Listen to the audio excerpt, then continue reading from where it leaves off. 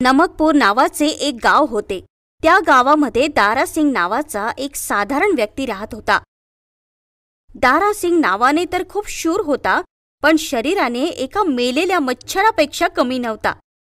आणि ह्याच कारणामुळे त्याचं लग्न पण जमत नव्हतं. हो, पण दारासिंगचे वडील दारासिंगसाठी खूप सारी जमीन आणि संपत्ती सोडून गेले होते आणि त्याच्या सहाय्याने तो आपले जीवन जगत होता. एका दिवसाची गोष्ट आहे मित्रांनो. दारासिंग त्याच्या शेताकडे जात होता.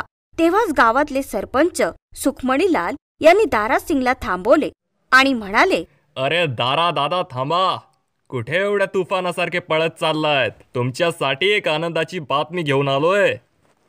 दारासिंगने सरपंचाचा आवाज ऐकला आणि तो थांबला आणि त्यांच्याकडे जाऊन म्हणाला, अरे सरपंची, भला माझ्यासाठी काय खुशखबरी असू शकते? माझी तर ना बायको आहे, ना पोरं, ना आई किंवा वडील. अरे दारासिंग, तुला बायको नाही याचा अर्थ असा थोडी नाही की तुझी बायको कधी बनूच शकत नाही. होऊ शकतं की याच महिन्यात तुला सुंदर बायको मिळेल. हां, याच महिन्यात? अरे सरपंची, किमान तुम्ही तरी अशी मस्करी नका करू. अरे नाही दारा दादा, मी मस्करी नाही करत आहे. खरं तर गोष्ट अशी आहे, आपल्या गावाचा हरिया आहे ना, जो आपलं घर वगैरे विकून शहरात गेला होता. हां, काय झालं त्या हरियाला? अरे झालं काही नाही त्याला. त्याची एक मुलगी आहे, पण थोडी रागीट आहे. तो तिच्या लग्नासाठी थोडा चिंतेत आहे. त्यानेच मला सांगितलं की एखादा सुखी मुलगा असेल तर बघ म्हणावं.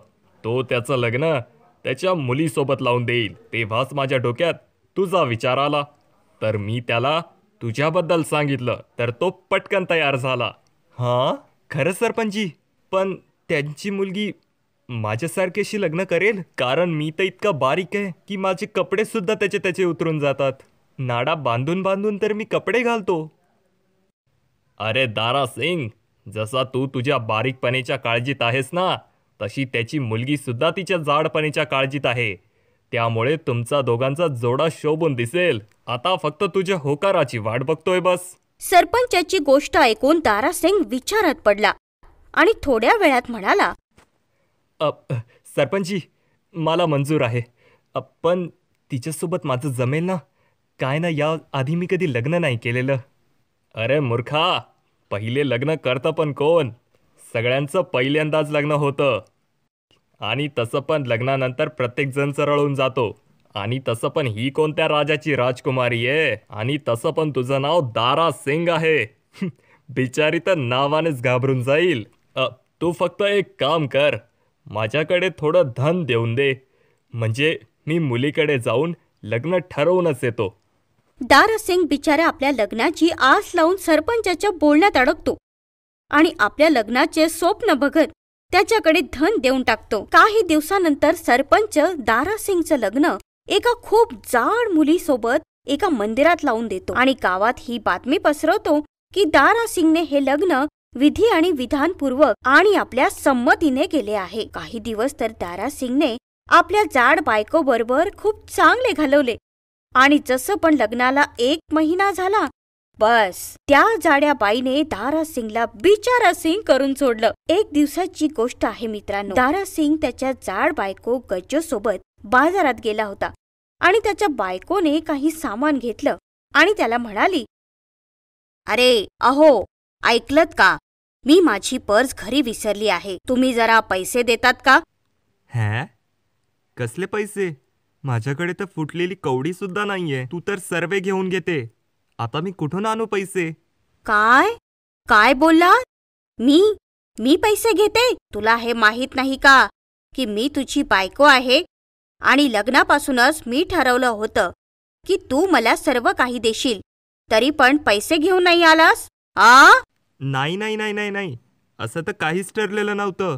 मी तर स्वतः पस्तावतोय अशा म्हशीला विकत घेऊन. दारासिंगच्या तोंडातून म्हैस ऐकताच गज्जो लाल सांडसारखी नाक फुगवायला लागली. तिने नाही आजू बघितलं ना बाजू बघितलं आणि तिने दारासिंगला जोरात धक्का दिला. धक्क्याच्या माराने दारासिंग सरळ भट्टीमध्ये जाऊन पडला. गावातले लोक जोर जोरात हसत हसत म्हणाले, अरे बघा बघा, दारासिंगला परत कोणीतरी फेकून दिलं. एकतर इतका बारीक आहे आणि सोबत स्वतःच्या मरणाला घेऊन चाललाय. काय माहिती याची अक्कल शेण खायला गेली होती का त्या बापाची, ज्याने तिचं लग्न या वाळलेल्या लाकडाशी करून दिलं. बिचारा नाही जगू शकतो नाही मरू शकतो. गज्जोने जवळच पडलेली दोरी उचलली आणि दारासिंगच्या गळ्यात बांधली आणि त्याच्या खिशातून पैसे काढून त्या पैशांची हवा करत करत दारासिंगला ओढून न्यायला लागली. हे दृश्य ज्याने कोणी बघितलं ते सर्व आपलं पोट धरून धरून हसू लागले. पण दारासिंगला हे सर्व बघून खूप लाज वाटली आणि घरी येऊन गज्जो दारासिंगला कोपऱ्यात फेकून म्हणाली, मला म्हैस बोलला होतास तू? बघ, मी तुला बकरी बनवून पूर्ण गावात फिरवलं. यापुढे जर तू मला पैसे देण्यासाठी नाही म्हणालास तर मी तुझ्यावरती बसून जाईन आणि तुझ्या हाडांची पावडर बनवून टाकीन. समजलं? मच्छर कुणीकडचा. असं म्हणून ती जाडजूड बाई जेवायला बसून गेली. बिचारा दारासिंग कोपऱ्यात बसून आपल्या नशिबाला दोष देऊ लागला आणि दुसऱ्या दिवशी तो सरपंचांकडे गेला आणि म्हणाला, सरपंचजी, तुम्ही तर सांगितलं होतं की ती जाड आणि थोडी रागीट आहे, पण ती तर पूर्ण पागल आहे. मी जसा तसा करून एकटा राहत होतो. हिच्याबरोबर राहून असं वाटतंय की कधी मरेल. तुम्ही माझं लग्न तिच्याशी का लावलं आणि तिला असं का सांगितलं की मी तिला सगळी माझी संपत्ती देऊन टाकेल? अरे दारासिंग, तुझ्या संपत्तीमुळेच तुझं लग्न झालंय, नाहीतर तुला कोणी वासाला फूल नाही देत. मुलगी कशी देईल? आणि तसं पण मी तुला सगळं आधी सांगितलं होतं. आणि तसं पण लग्नाला 2 महिने झालेत. तू अजूनपर्यंत बाकीचं धन नाही दिलंस मला, जे तू बोलला होतास. हे बघ, माझ्याकडे तुझा अंगठा लागलेला कागद पण आहे. दारासिंगने तो कागद बघितला आणि तो आश्चर्यचकित झाला. त्या कागदात असं लिहिलं होतं की दारासिंगला काही धन हे सरपंचाला द्यायचं होतं, कारण की त्यांनी त्याचं लग्न आपल्या जबाबदारीवर लावून दिलंय. दारासिंगला हे समजत नव्हतं की त्याने कधी या कागदावर त्याचा अंगठा लावला होता आणि कधी धन द्यायची गोष्ट केली होती. त्यावेळी तर दारासिंग तिथून गुपचूप निघून गेला आणि शांत होऊन आपल्या जाड बायकोचा हमाल बनून राहू लागला. एके दिवशी दारासिंग गाईचं शेण घेण्यासाठी बाहेर गेला होता आणि दुपारची वेळ होती आणि जसं तो परत घरी आला तर त्याने खिडकीतून बघितलं की सरपंच आणि त्याची जाड बायको काहीतरी बोलत होते. गज्जो, दे, आजपर्यंत तू या लाकडाकडनं जेवढे पण धन घेतले आहे, बोलीप्रमाणे आपल्या दोघांमध्ये वाटून घेतलेले बरे. का नाही सरपंचजी, हे घ्या. मी आधीच तुमचा हिस्सा काढून ठेवला आहे. पण मानावं लागेल सरपंचजी, तुम्ही यावेळेस माझं लग्न काय छान जमवलं त्या मच्छरसोबत. बिचारा किती घाबरलेला माझ्या धाकाने. अरे हळू बोल, हळू. इथे भिंतींचे पण कान असतात.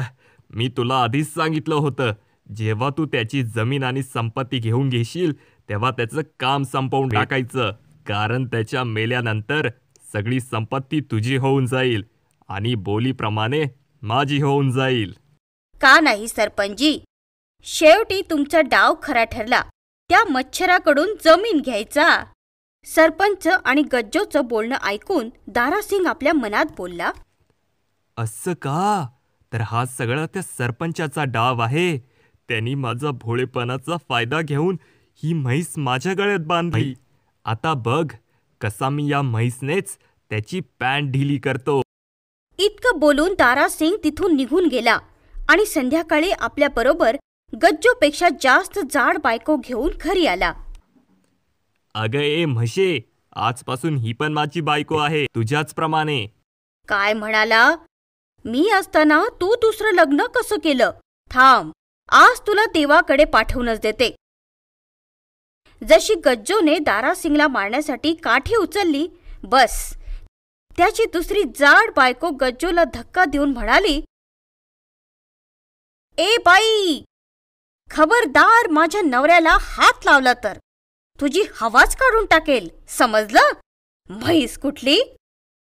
आता त्या दोघींमध्येही खूप भांडणं झाली, पण गज्जो त्या बाईला नाही हरू शकली आणि शेवटी रागात म्हणाली, तू मी असताना दुसरं लग्न केलं, आता याचा हिशोब तर सरपंचच लावेल, ते पण पूर्ण गावासमोर. चला या. अब हा चल चल, आता मी नाही घाबरत तुला, कारण की आता माझ्याकडे पण तुझ्यासाठी उत्तर आहे. चल चल. तिघे जण सरपंच यांच्याकडे गेले. पूर्ण गावात सभा भरली. सरपंचाने दोन्ही जाड बायकांची गोष्ट ऐकून घेतली आणि शेवटी दारासिंगची पण गोष्ट ऐकली आणि आपला निर्णय ऐकवत म्हणाले, अरे दारासिंग, ही तर खूप वाईट गोष्ट आहे. जर तुझ्याकडे आधीच तुझी बायको आहे तर तू दुसरं लग्न कसं काय करू शकतोस? ही खूप चुकीची गोष्ट आहे. तू आत्ताच्या आत्ता तुझ्या दुसऱ्या बायकोला घटस्फोट दे. अरे असं कसा घटस्फोट देऊ? मी तर हिच्या नावावर सगळी जमीन जायदाद आणि संपत्ती केलेली आहे. आणि मी हिच्याशी लग्न ह्याच बोलीवर केलं आहे, कारण की मी माझ्या पहिल्या बायकोबरोबर खुश नव्हतो, कारण ती मला नेहमी मारत राहायची. आणि हे तर सगळ्या गावकऱ्यांना माहिती आहे आणि सगळ्यांनी बघितलं पण आहे. काय हो दादा, बघितलं आहे ना तुम्ही? बाबा हा खरं बोलतोय दारासिंग. बिचाऱ्यांनी दुसरं लग्न केलं, यामध्ये काहीच चुकीची गोष्ट नाही केली त्याने. सर्वच गाववाले दारासिंगच्या बाजूने बोलायला लागले, ज्यामुळे सरपंचाला आपला निर्णय बदलावा लागला आणि दुसऱ्या बायकोसोबत राहण्याची परवानगी दिली. त्याच रात्री सरपंचाने गज्जोला गावाकडच्या मागे बोलवलं. काय ग म्हैस कुठली, तू त्या मच्छरला एवढं परेशान केलं की त्यांनी दुसरं लग्न केलं आणि सगळी संपत्ती आणि जमीन तिच्या नावावर केली. आता तुझ्या आणि माझ्या हातात काय येईल? अंडा. अरे मला काय माहित होतं की ती बारीक मुंगी हे पण करेल. मी तर माझे कपडे लत्ते घेऊन इथून निघून जाईल दुसऱ्या बकऱ्याच्या शोधात. तू मला माझा आतापर्यंतचा हिशोब आताच करून दे. आता दोघांमध्येही देण्या घेण्याच्या गोष्टींवरून भांडण होण्यास सुरुवात झाली. तेव्हाच गावातल्या लोकांना सोबत घेऊन दारासिंग तिथे आला आणि जोरात बोलला, अरे बघा भावांनो, या सरपंचाची करतूत. यांनी कसं फसवलं आहे मला या जाडीच्या चाळ्यात. याचा खरा चेहरा समोर आणण्यासाठी मी हे खोटं लग्न केलं. आणि तुमचा पण धन्यवाद भावांनो, तुम्ही सकाळी माझ्या पक्षात बोललात. अरे आमचा का बरं धन्यवाद? तू आम्हाला पैसे दिले म्हणून आम्ही तुझ्या पक्षाकडनं बोललो. पण मानावा लागेल, तुझ्या शरीरात मांस नाहीये पण डोक्यामध्ये बुद्धी खूप आहे की कसा तू त्या सरपंचाचा बँड वाजवलास, ते पण त्याच्याच युक्तीने. अब म्हणजे तुम्ही सगळ्यांनी पैसे घेऊन सकाळी माझ्यावरती दबाव आणला. का नाही सरपंची, जर तुम्ही पैसे देऊन हे बुलडोझर मला देऊ शकता तर पैसे देऊन मी हे बुलडोझर तोडू नाही शकत का? आता बघता काय, मारा या लालची सरपंचाला. हा मारा मारा. हा मारा मारा मारा मारा. सर्वांनी मिळून त्या जाड्या बाई आणि त्या सरपंचाला मारून मारून गावातून बाहेर काढून दिलं आणि दारासिंगने आपल्या बुद्धीच्या बळावर त्या जाड बाईपासून सुटका मिळवली. धन्यवाद मित्रांनो.